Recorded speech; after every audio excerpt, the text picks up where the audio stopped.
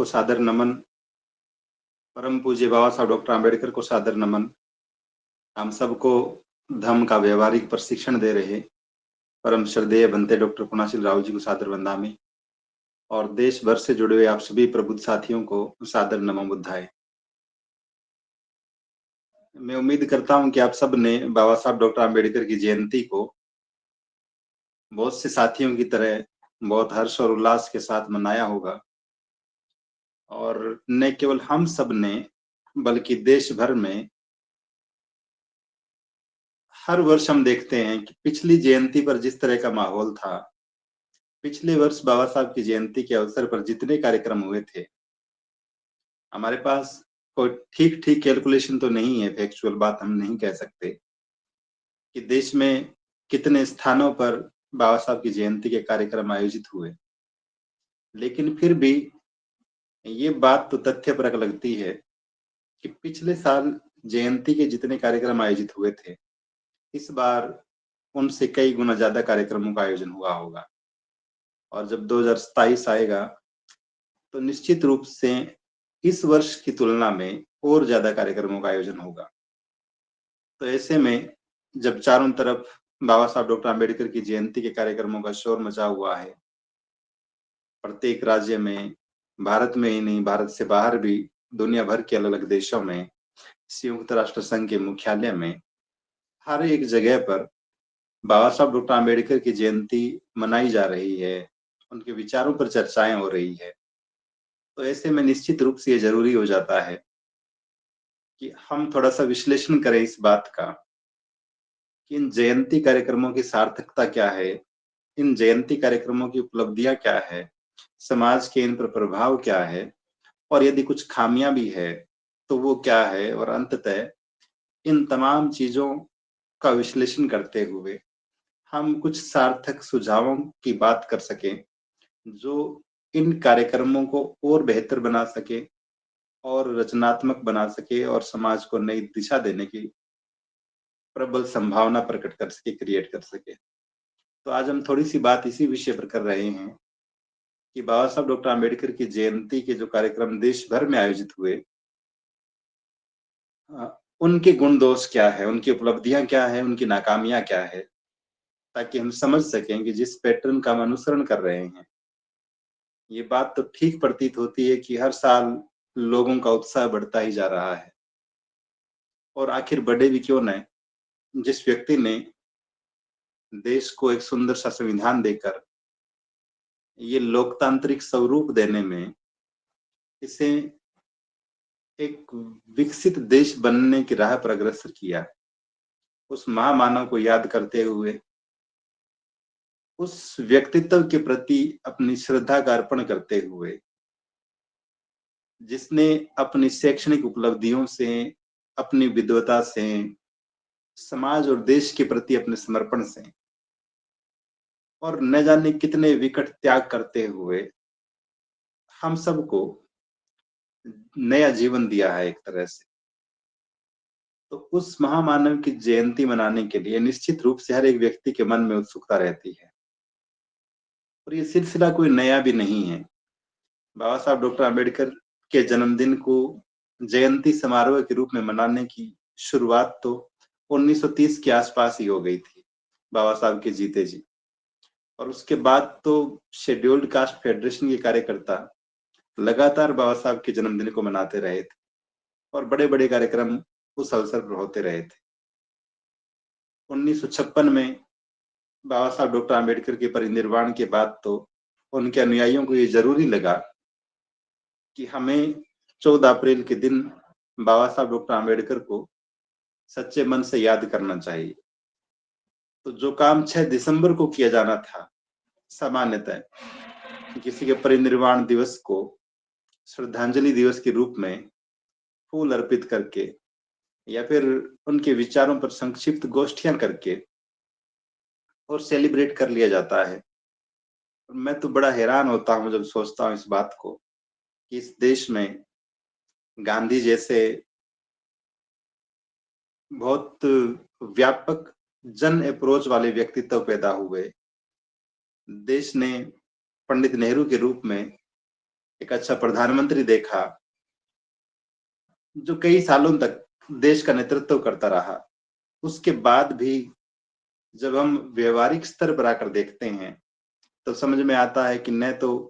गांधी की जयंती को इतने व्यापक स्तर पर सेलिब्रेट किया जाता है, न देश के पहले प्रधानमंत्री का जन्मदिन इस तरह से मनाया जाता है, और न भारतीय समाज में जन्मे संभवतः किसी भी महापुरुष का, महामानव का, किसी महान स्त्री का जन्मदिन जो है इस तरह से नहीं सेलिब्रेट किया जाता। जिस तरह से बाबा साहब डॉक्टर आम्बेडकर का जन्मदिन उनके समाज के लोगों ने जिस प्रतिबद्धता के साथ मनाना शुरू किया, तो बाबा साहब के जीते जी फिर 1956 के बाद, लेकिन 1956 के परिस्थितियों को जब हम देखते हैं तब भी ये समझ में आता है कि वो दौर भी ऐसा था जब बाबा साहब का जन्मदिन, उनके जयंती समारोह है महाराष्ट्र और उसके आसपास के क्षेत्रों तक सीमित रहे, या फिर बहुत कम स्तर पर उन कार्यक्रमों का आयोजन हो रहा था। हम सब के लिए ठीक हुआ कि भारतीय समाज, भारतीय राष्ट्रीय स्तर पर माननीय साहब कांशीराम जी का आगमन हुआ और बाबा साहब डॉक्टर आम्बेडकर जो सुदूर दक्षिण भारत में सिमटे हुए थे, बाबा साहब डॉक्टर आम्बेडकर जो देश की राजधानी में कुछ गिने चुने स्थानों तक सीमित थे, उनका नाम देश भर में गूंजने लगा। और अंततः जब 1990 में भारत सरकार ने बहुजन समाज के दबाव की वजह से उस बात को स्वीकार करते हुए कि इस देश ने कितनी बड़ी भूल की है, जिस व्यक्ति के लिखे संविधान ने, जिस व्यक्ति के दिखाए मार्ग ने इस देश को आधुनिकता की ओर अग्रसर किया, हम उसे भारत रत्न देना ही भूल गए। और देश ने देर सवेर 1990 में जिस दिन बाबा साहब डॉक्टर आम्बेडकर को भारत रत्न दिया, उसके बाद तो एक तरह से ये राष्ट्रीय स्तर पर चर्चा का विषय बन गया। फिर तो एक औपचारिक मुहर लग गई, सरकार की सहमति मिल गई कि अब डॉक्टर आम्बेडकर न केवल समाज के कुछ लोगों के बीच, समाज के किसी वर्ग विशेष के बीच, बल्कि वो एक नेशनल आइकन है और उनकी जयंती के कार्यक्रम, उन्हें बार बार याद करने के कार्यक्रम अब सरकारी स्तर पर भी आयोजित हो सकेंगे। लेकिन ठीक ठीक से यदि हम याद करें तो शुरुआती दिनों में, खासकर उत्तरी भारत में हम कह सकते हैं, जो जयंती के कार्यक्रम होते हैं, अभी मेरे एक वरिष्ठ साथी पिछले दिनों मुझे मिले एक जयंती कार्यक्रम में, तो उन्होंने बताया कि आज से 20-30 साल पहले जब हम बाबा साहब डॉक्टर आम्बेडकर की जयंती के कार्यक्रम आयोजित करते थे, वो संयोग से ओबीसी समुदाय से थे और मान्यवर साहब कांशीराम जी के कैडर से बड़े प्रभावित रहे थे, उनसे जुड़े रहे लंबे समय तक। तो उन्होंने बताया कि शुरुआत में जब हम जयंती के कार्यक्रम आयोजित करते थे तो लोग इशारा करके कहते थे कि ये हाथी वाले हैं जो अम्बेडकर जयंती का प्रयोग प्रोग्राम कर रहे हैं, और वो बहुत शालीनता के साथ इस बात को स्वीकार करते थे कि यहाँ इस दौर में कम से कम हाथी वाले लोग हैं जो जयंती के कार्यक्रम आयोजित कर रहे हैं। लेकिन उन्होंने जो रोचक बात मुझे बताई और जिस बात पे मुझे हंसी आई, उन्होंने कहा कि वर्षों पहले हम पे ये ठप्पा लगाया जाता था कि हाथी वाले लोग डॉक्टर अम्बेडकर की जयंती के कार्यक्रम करते हैं। फिर उन्होंने अंगुली का इशारा करते हुए कहा कि ये जो सारे लोग बैठे हैं अलग अलग राजनीतिक दलों के, यही वो लोग थे जो कहते थे कि हाथी वाले हैं जो जयंती के कार्यक्रम करते हैं। लेकिन आज समाज की एकता ने, बाबा साहब डॉक्टर आम्बेडकर के प्रति हम सब के समर्पण ने इन सबको मजबूर कर दिया है कि ये खुद आकर जयंती के कार्यक्रम में बैठते हैं, पूरा प्रोग्राम सुनते हैं, जेब से पैसे निकाल कर हमें सहयोग करते हैं। और उन्होंने बहुत व्यंग्यात्मक लहजे में कहा कि मेरा मन कर रहा है कि मैं अब उनसे जाकर पूछूं कि जयंती का कार्यक्रम अब भी हाथी वालों का है या सबका हो गया है। तो इस पूरी लंबी यात्रा में जो 1928-30 से शुरू होती है, जब पहली बार बाबा साहब के जन्मदिन पर कार्यक्रम आयोजित हुआ, उसके बाद से उत्तरोत्तर इसमें जो प्रगति होती गई है, और अब तुम देख पा रहे हैं कि संभवतः ऐसा कोई भी दल नहीं है, ऐसा कोई भी वर्ग नहीं है जो बाबा साहब डॉक्टर आम्बेडकर की वैचारिकी को या उनके जयंती समारोह को इग्नोर कर सके। भले ही कोई मजबूरी में आ रहा हो, लेकिन समाज की इस एकता ने, समाज के इस हौसले ने कि हम अपने महामानव के प्रति अपने मन में श्रद्धा का भाव रखेंगे, हमें अपने पिता की डेट ऑफ बर्थ याद रहे न रहे, हमें अपने दादाजी की जन्म दिनांक याद हो या न हो, उनका जन्मदिन हमने कभी मनाया कि नहीं मनाया, इस बात से कोई फर्क नहीं पड़ता। लेकिन सुदूर महाराष्ट्र में हमसे हजारों किलोमीटर दूर पैदा हुए बाबा साहब डॉक्टर आम्बेडकर का जन्मदिन 14 अप्रैल को है। इस बात को घर का हर बुजुर्ग जानता है, घर की हर महिला जानती है, घर का हर एक बच्चा जानता है। और ये अपने आप में पर्याप्त है ये दिखाने के लिए कि बाबा साहब डॉक्टर आम्बेडकर का व्यक्तित्व कितना विशाल और व्यापक है और हमारे जीवन में उनका महत्व कितना है, हमारी उनसे घनिष्ठता कितनी है, हम कितनी श्रद्धा के साथ उनसे जुड़े हुए हैं। और यही कारण है कि पूरा देश 14 अप्रैल को बाबा साहब की जयंती मना रहा होता है। तो इस पूरे के पूरे घटनाक्रम को देखते हुए एक जो सबसे अच्छी चीज नजर आती है, वो ये है कि इस समाज ने जिसे सदियों से दबाया गया, सदियों से कुचला गया, शोषित, वंचित, पीड़ित, प्रताड़ित कहा गया, उस समाज में भी ये हौसला है कि वो खुद का कल्याण करने वाले किसी भी महापुरुष को भूलता नहीं है, बल्कि हर साल उनकी जयंती के अवसर पर, उनके जन्मदिन के अवसर पर, उनके विचारों को और ज्यादा लोगों तक पहुंचाने के लिए प्रतिबद्धता से प्रयास करता है। भले किसी को जेब से पैसे खर्च करने पड़े, भले किसी को मीलों दूर की यात्राएं करनी पड़े जयंती के कार्यक्रमों को करने के लिए, भले घर की महिलाओं को जयंती कार्यक्रम में आए हुए लोगों के लिए खाना बनाना पड़े, ये तमाम तरह के काम करते हुए इस समाज ने बहुत मजबूती के साथ बाबा साहब डॉक्टर आम्बेडकर के व्यक्तित्व को न केवल अपने समाज के बीच स्थापित किया है, बल्कि इन सब लोगों की जिद ने, इन सब लोगों के समर्पण ने देश के अन्य वर्गों के सामने भी इस बात को पुरजोर तरीके से स्थापित करने का काम किया है कि बाबा साहब डॉक्टर आम्बेडकर न केवल हमारे मसीहा है, न केवल उन्होंने हमारे कल्याण के लिए काम किया, बल्कि उनकी प्रासंगिकता हर एक फील्ड में नजर आती है। चाहे आप अर्थव्यवस्था को देखें, चाहे आप एग्रीकल्चर के फील्ड को देखें, चाहे आप बैंकिंग सेक्टर को देखें, चाहे आप इंडस्ट्रीज को देखें, चाहे आप राजनीति को देखें, चाहे आप एजुकेशन को देखें और चाहे आप धर्म की बात करें, कोई भी विषय, कोई भी क्षेत्र अछूता नहीं रहा बाबा साहब डॉक्टर आम्बेडकर के विचारों से, उनके योगदान से। तो ये तमाम चीजें बाबा साहब डॉक्टर आम्बेडकर की महानता को दर्शाती है और बताती है कि किस तरह से उनके जयंती कार्यक्रमों का आयोजन दिन प्रतिदिन विस्तार पा रहा है। और निश्चित रूप से हम बाबा साहब डॉक्टर आम्बेडकर को अपना अनुयायी मानते हैं, हम अपने आप को। तो ऐसे में स्वाभाविक है कि हमारे मन में गर्व का भाव उत्पन्न हो। लेकिन गर्व के इस पल में जब हम बहुत उत्साह के साथ इन तमाम जयंती समारोहों को देख रहे हैं, तब कुछ जिम्मेदारियां भी जुड़ जाती है कि हम थोड़ा ठहर कर और अपने आप के भीतर झांकने का प्रयास करें। इन जयंती समारोहों की भीड़ का ठीक से ऑब्जर्व करने का काम करें। जयंती समारोह में हो क्या रहा है, उन पर थोड़ी सी बात कर लें और क्या नहीं होना चाहिए,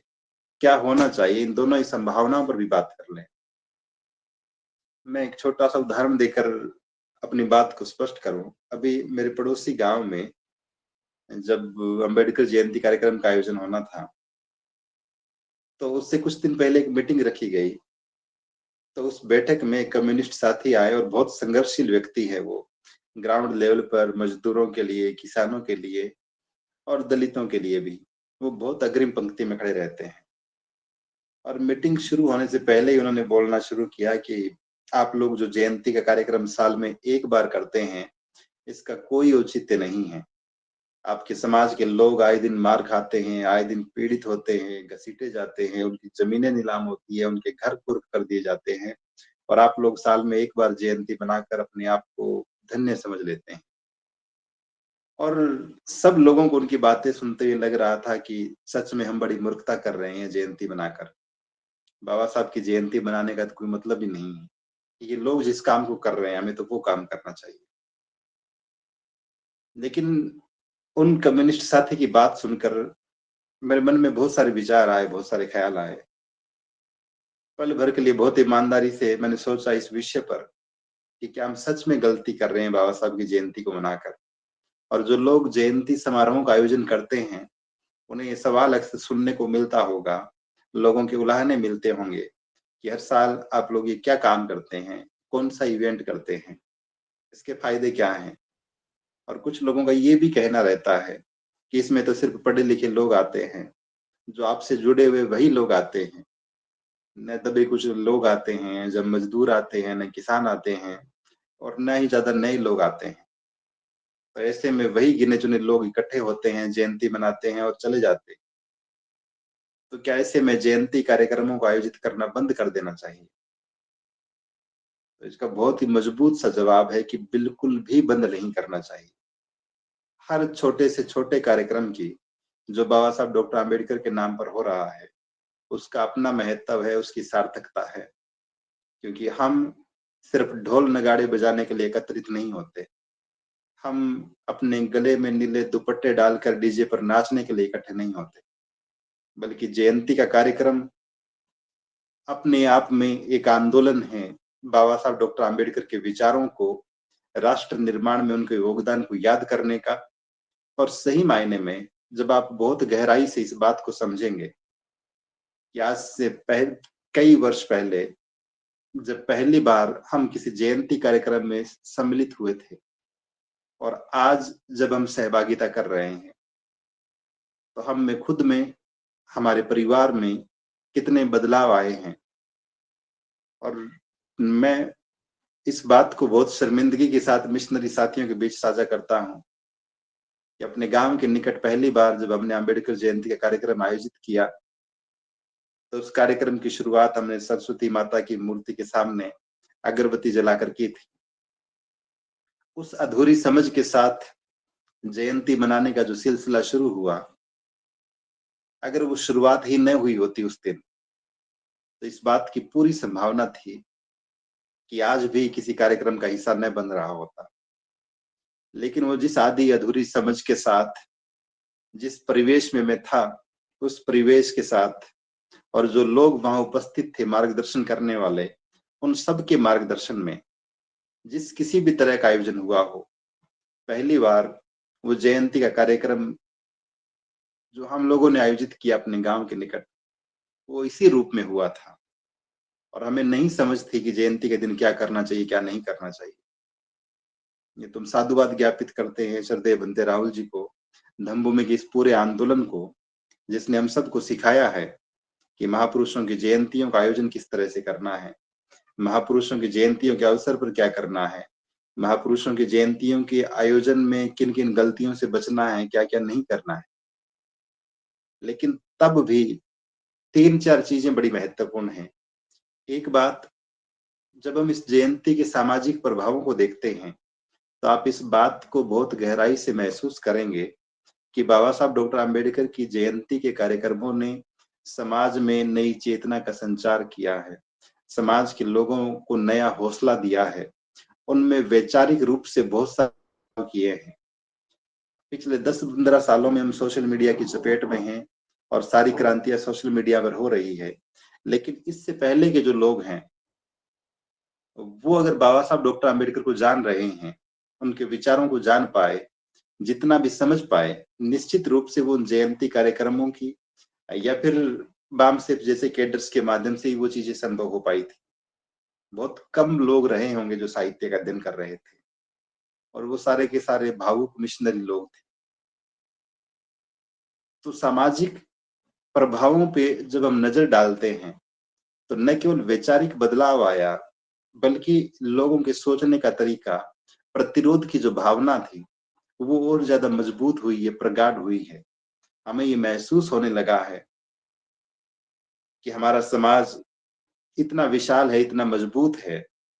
जो हमारे मसीहा की जयंती के अवसर पर इकट्ठा होता है, एकत्रित होता है, और जरूरत पड़ने पर वो कहीं भी एकत्रित हो सकता है।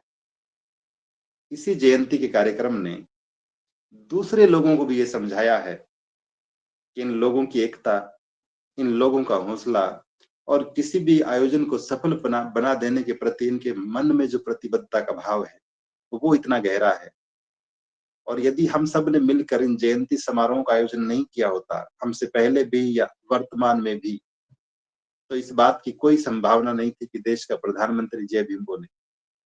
तो इस बात की कोई संभावना नहीं थी कि देश की राष्ट्रपति ये कहे कि बाबा साहब डॉक्टर आम्बेडकर मेरे लिए भगवान की तरह है। तो वहां बैठे हुए लोग ही स्वतः ही जवाब दे रहे होते हैं इस बात का, जब कोई पूछता है कि आम्बेडकर आम्बेडकर आम्बेडकर। और ये बात बहुत गहराई से समझ में आती है कि यदि आज इस देश के किसी ग्राम पंचायत के छोटे से वार्ड में बैठे हुए पंच से लेकर सरकार के मुखिया तक, यदि सारे के सारे लोग जयंती कार्यक्रमों में बाबा साहब डॉक्टर आम्बेडकर की प्रतिमा पर पुष्प अर्पित कर रहे हैं, उनकी जयंती के अवसर पर बड़े बड़े फ्लेक्स, होर्डिंग्स और सोशल मीडिया पोस्टर्स बनाकर सर्कुलेट कर रहे हैं, तो उनके पीछे कहीं न कहीं इस समाज की एकता काम कर रही है। जयंती समारोहों के लगातार आयोजन की जो श्रृंखला है, जिसने देश में बाबा साहब डॉक्टर आम्बेडकर के प्रति सकारात्मक माहौल बनाया है और दूसरे वर्गों को ये मैसेज देने का काम किया है कि यदि किसी समाज की सांत्वना चाहिए, किसी समाज की सहानुभूति बटोरनी है, तो डॉक्टर आम्बेडकर का नाम लिए बिना ये हो नहीं सकेगा।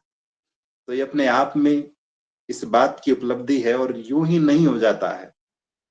कि कोई सरकार पंच तीर्थ बनाने जा रही है, लंदन में बाबा साहब डॉक्टर आम्बेडकर के घर को खरीद रही है। ये उस सामाजिक दबाव से निर्मित होता है जो 14 अप्रैल के दिन देश की सड़कों पर दिखाई देता है, अलग अलग सेमिनार हॉल्स में दिखाई देता है, बड़े बड़े टेंट के आयोजन में दिखाई देता है, और वहीं से सबको संदेश जाता है। तो इस जयंती कार्यक्रम के सामाजिक और मनोवैज्ञानिक प्रभाव बहुत गहरे हैं। जब हम कार्यक्रम के सांस्कृतिक बदलावों की बात करते हैं, जैसा मैंने पहले कहा कि पहली बार जब मैं जयंती का कार्यक्रम मना रहा था, आयोजित कर रहा था, तो मैं जिस विधि से आयोजित कर रहा था उसकी शुरुआत कर रहा था। और अभी 14 अप्रैल को जिसमें श्रद्धेय बंदे धमप्रिय जी को कार गिफ्ट की गई, उस कार्यक्रम की शुरुआत श्रद्धेय बंते जी द्वारा बुद्ध वंदना के साथ करवाई गई। और ये कोई बहुत ज्यादा लंबी अवधि नहीं है, मुश्किल से 10-12 सालों का गैप है बीच में। तो इन 10-12 सालों में जो बदलाव आए हैं, 2013 से लेकर 2026 तक आने में 13 सालों में, निश्चित रूप से ये एक जयंती की बात नहीं है। देश में कितने ही जयंती के कार्यक्रम हुए होंगे जहां कार्यक्रमों की शुरुआत बुद्ध वंदना के साथ हुई है, जहाँ कार्यक्रमों की शुरुआत ईशन पंचशील के साथ हुई है। संभव है कि हर जगह पर भिक्षु या भिक्षुणियां उपस्थित न रहे हों। कहीं पे हमारे धम्म प्रचारकों ने, संखार कमकों ने या फिर धम्म के जानकार साथियों ने इस तरह की वंदना करवाकर कार्यक्रमों की शुरुआत करवाई हो। और ऐसी जगहें तो अनगिनत होगी जहां स्टेज पर महाकारुणिक के बुद्ध की प्रतिमा, बाबा साहब की प्रतिमा के साथ रखी गई होगी और उस कार्यक्रम की शुरुआत की गई होगी दीप प्रज्वलित करके या मोमबत्ती प्रज्वलित करके। तो ये जो सांस्कृतिक बदलाव है, सामने बैठे हुए 1000 लोग, 5000 लोग, 10,000 लोग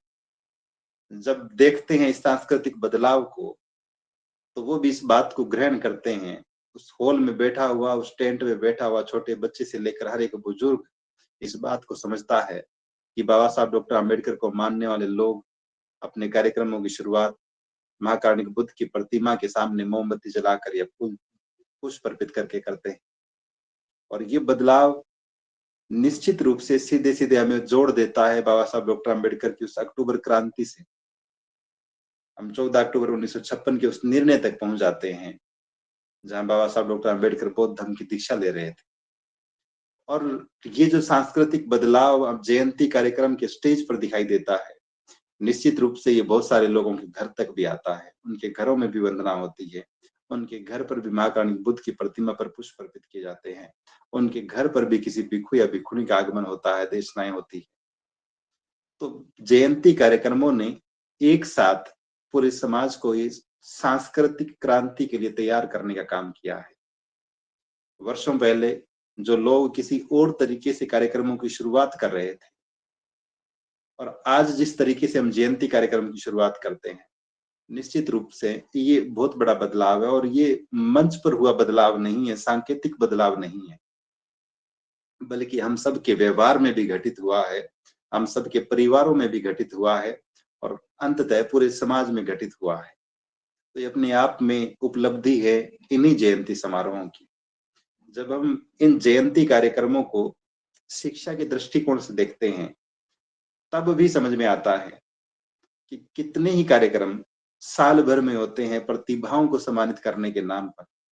लेकिन अधिकांश कार्यक्रम अपनी अपनी जातियों के विद्यार्थियों या फिर चयनित प्रतिभाओं को सम्मानित करने के होते हैं। यह संभवतः अम्बेडकर जयंती का कार्यक्रम ऐसा होता है जहां हम अनुसूचित जाति जनजाति वर्ग के अतिरिक्त दूसरे समाजों या वर्गों के विद्यार्थियों को भी सम्मानित कर रहे होते हैं अपने प्लेटफॉर्म।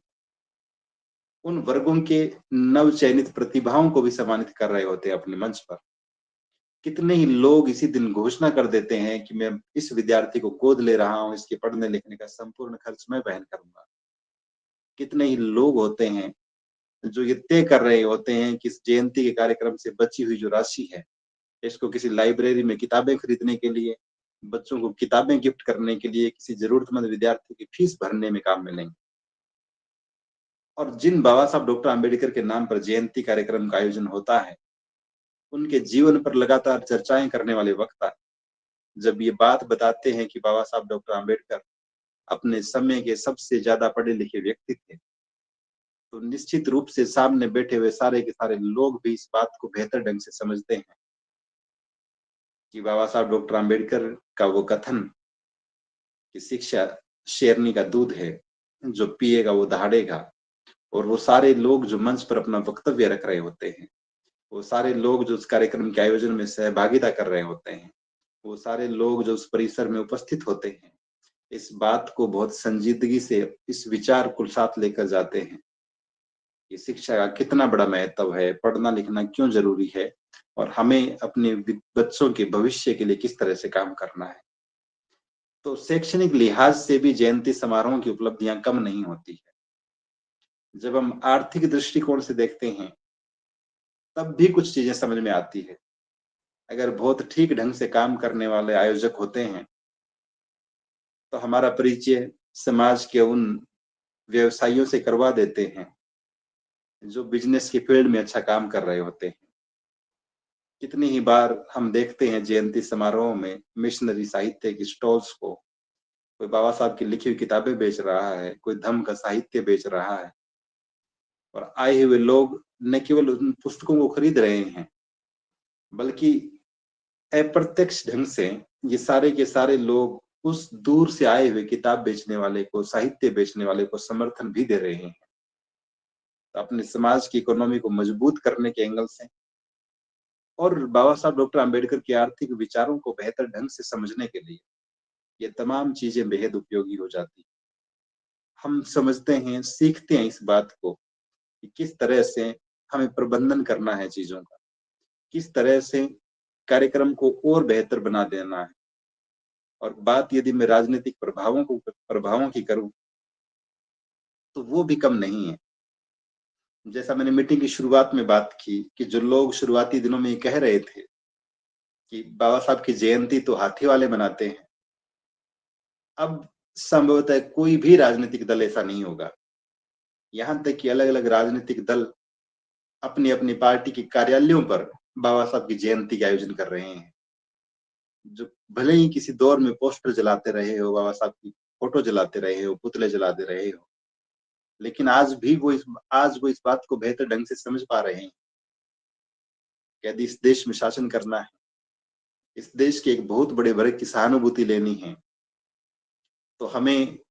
इस महत्वपूर्ण महामानव को इग्नोर नहीं कर सकते। इसके बिना राजनीति नहीं चल सकती। और इसीलिए बाबा साहब डॉक्टर आम्बेडकर की आलोचना करने वाले भी, उनके पुतले जलाने वाले भी, जिनकी वजह से उन्हें मंत्रिमंडल से त्याग पत्र देना पड़ा, वो लोग भी, और जो दुनिया भर में इस बात का डंका बजाते हैं कि दुनिया में सिर्फ दो ही वर्ग है, एक अमीर है, दूसरा गरीब है, और दुनिया भर में सर्वहारा क्रांति की बातें करते हैं, अपने आप को मार्क्सवादी कहते हैं, वो भी बाबा साहब की जयंती के दिन इस बात को स्वीकार करने लगे हैं कि इस देश में जातीय भेदभाव है, देश में जातियों का अस्तित्व है। बात सिर्फ अमीर और गरीब की नहीं है, बल्कि और भी बहुत सारे भेद हैं जिनसे भारतीय समाज और विशेष रूप से हिंदू समाज जूझ रहा है।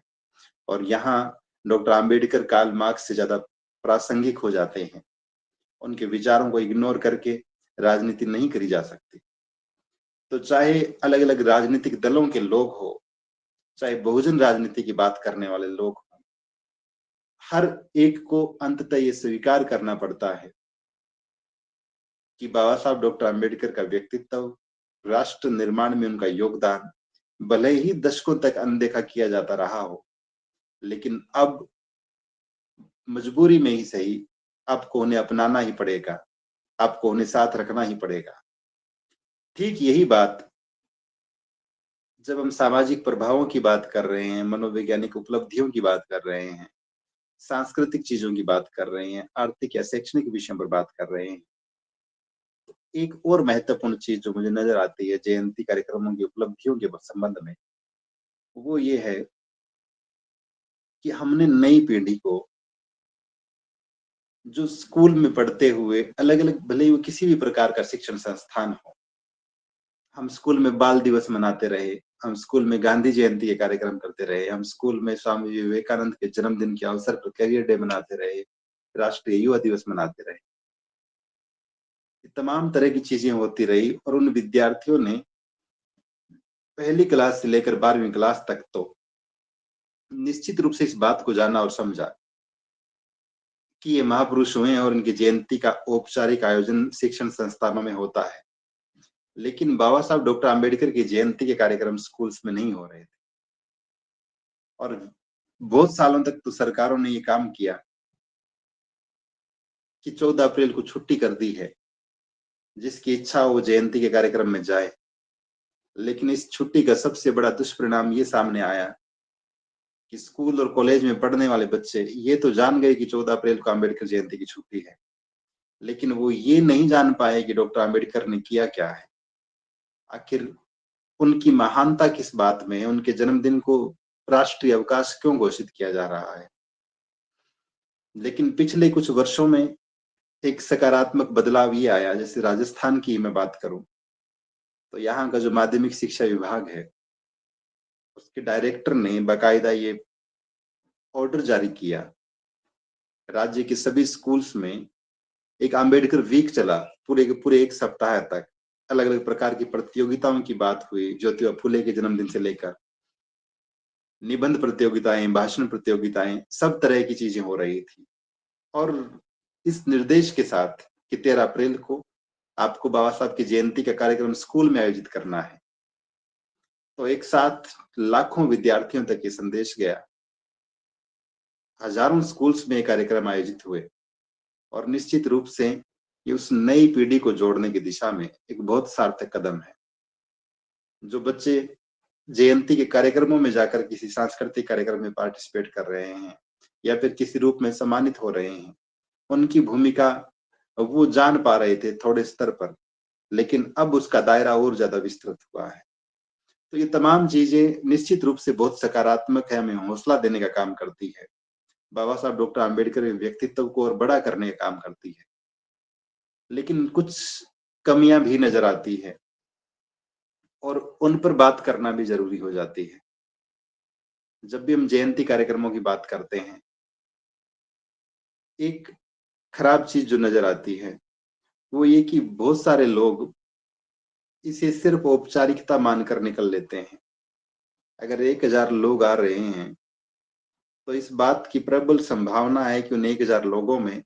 मुश्किल से 50 लोग ऐसे होंगे जो बाबा साहब डॉक्टर आम्बेडकर के विचार को ठीक ढंग से सुनते, समझते, जानते और मानते हैं या मानने का प्रयास करते हैं। लेकिन बाकी जो लोग बच गए हैं, क्या वो सिर्फ इसलिए आ रहे हैं कि जयंती का कार्यक्रम है, किसने इनवाइट कर दिया है, जयंती का कार्यक्रम है, हमें भी एक दिन जाना चाहिए। तो विचारों का जब अनुसरण करने की बात आती है तो फिर थोड़ी सी परिस्थितियां नकारात्मक हो जाती है। और आज की इस गूगल मीट में बोलने से पहले पहले जब मैं सोच रहा था कि क्या बोलना है, तो दो शब्द मेरे दिमाग में आए। एक तो ये कि सेलिब्रेशन तो है, उत्सव का माहौल तो है देश भर में, हम सब भी बड़े रोमांचित हैं, पूरा समाज रोमांचित है कि बाबा साहब की जयंती आई है। लेकिन इस सेलिब्रेशन के साथ इम्प्लीमेंटेशन नहीं है, क्रियान्वयन नहीं है बाबा साहब के विचारों का। अगर वो ठीक ढंग से हो जाता है, उस रूप में हो जाए जिस रूप में बाबा साहब चाह रहे थे, तो निश्चित रूप से समाज और देश की दिशा बदल सकती है। और मैं तो कितनी मर्तबा जयंती के कार्यक्रमों में ये बात कहता रहा हूँ कि बाबा साहब डॉक्टर आम्बेडकर जो अपने दौर में दुनिया के भारत के सबसे शिक्षित व्यक्ति रहे, उनको मानने वाला समाज सबसे शिक्षा में पीछे क्यों है? उसका साक्षरता प्रतिशत सबसे कम क्यों? बाबा साहब डॉक्टर आम्बेडकर जो जीवन के अलग-अलग पड़ावों में बहुत उच्च पदों पर रहे, कभी वाइसराय की काउंसिल में, कभी संविधान सभा में प्रारूप समिति के अध्यक्ष के रूप में हम उन्हें देखते हैं, कभी प्रोफेसर के रूप में, कभी एडवोकेट के रूप में। जब हमारा आदर्श इतना उच्च योग्यता वाला रहा है, तो फिर इस समाज के लोग सबसे ज्यादा बेरोजगार क्यों हैं? जिन बाबा साहब डॉक्टर आम्बेडकर के दिए हुए थॉट्स से रिजर्व बैंक ऑफ इंडिया की स्थापना होती है, जिन बाबा साहब डॉक्टर आम्बेडकर के दिए हुए थॉट्स से देश में इंडस्ट्रीज का और एग्रीकल्चर का पूरा एक सेक्टर डेवलप हो जाता है। उन बाबा साहब डॉक्टर आम्बेडकर को मानने वाले लोग देश में सबसे गरीब क्यों हैं? जिन बाबा साहब डॉक्टर आम्बेडकर ने अपने समय में शेड्यूल्ड कास्ट फेडरेशन बनाई हो, रिपब्लिकन पार्टी ऑफ इंडिया बनाई हो, और भले ही चुनाव हारते रहे हो, लेकिन अपनी आवाज को, अपने विचारों की रोशनी को कभी कुंद नहीं होने दिया, उसे कभी फीका नहीं पड़ने दिया। उन बाबा साहब की वैचारिकी को, उनका जो संघर्ष था समाज के लिए, वो जो मांग कर रहे थे, वो राजनीतिक क्षेत्र में आज कहीं नजर क्यों नहीं आता है? तो ये वो सवाल हैं सही मायने में, जिनके जवाब जब हम बहुत गहराई से ढूंढेंगे, जो बाबा साहब डॉक्टर आम्बेडकर देश में सबसे बड़ी धम्म क्रांति करते हैं, और उसी देश में उन्हीं को मानने वाले लोगों में से कोई उठकर ये कहे कि हम अपने स्टेज पर बाबा साहब की फोटो तो रखेंगे, बुद्ध की नहीं रखेंगे, तो फिर ये उस विडंबना को दर्शाता है कि आज भी ये सुकून भरी बात है कि हम मीलों दूर चल आए हैं उस खड्डे से बाहर निकल कर, और हमने बहुत कुछ हासिल किया है। और ये भी मैं बहुत गर्व के साथ कह सकता हूँ कि इस समाज ने इतने कम समय में, इतने विपरीत हालातों में, और उन खराब से खराब हालातों को पीछे छोड़कर जो कुछ हासिल किया है, वो कल्पनाओं से परे है। सामान्य परिस्थितियों में कोई भी आदमी टूटकर, दबकर, मरकर अपने अस्तित्व को खत्म कर ले, लेकिन इस बहुजन समाज ने निश्चित रूप से बाबा साहब डॉक्टर आम्बेडकर के दिए अधिकारों से अपने आप को स्थापित किया है। लेकिन तब भी ऐसे और भी हजारों लाखों करोड़ों लोग हैं जो आज भी उसी बदहाली में जी रहे हैं, उसी गुलामी भरे जीवन में जी रहे हैं, दूसरी व्यवस्थाओं के बोझ को अपने कंधों पर ढो रहे हैं, और न चाहते हुए भी उनके षड्यंत्रों का शिकार हो रहे हैं। तो वो तमाम लोग जिस दिन बाबा साहब डॉक्टर आम्बेडकर के मार्ग का अनुसरण करने लग जाएं, हम जयंती के कार्यक्रमों में और संजीदगी के साथ बाबा साहब के विचारों को, कि वो सिर्फ दिखावा भर होकर न रह जाए, कि एक दिन का सांकेतिक सेलिब्रेशन न हो, बल्कि हमारे व्यवहार में भी वो चीजें उतर आए जिन चीजों का बाबा साहब डॉक्टर आम्बेडकर बात करते रहे। अभी मैं किसी जयंती के कार्यक्रम में कह रहा था कि बाबा साहब डॉक्टर आम्बेडकर उम्र भर लड़ाई लड़ते रहे कि देश जाति विहीन होना चाहिए, समाज से जाति खत्म होनी चाहिए। लेकिन जब जयंती कार्यक्रम में इनवाइट करने वाले साथियों के फोन आते हैं, तो बहुत गर्व के साथ वो कहते हैं, अपना नाम बताते हैं, अपनी जाति का नाम बताते हैं कि मैं मुकेश मेघवाल बोल रहा हूँ, कि सुरेश नायक बोल रहा हूँ, कि रमेश बावरी बोल रहा हूँ, या फिर मयंक जाटव बोल रहा हूँ।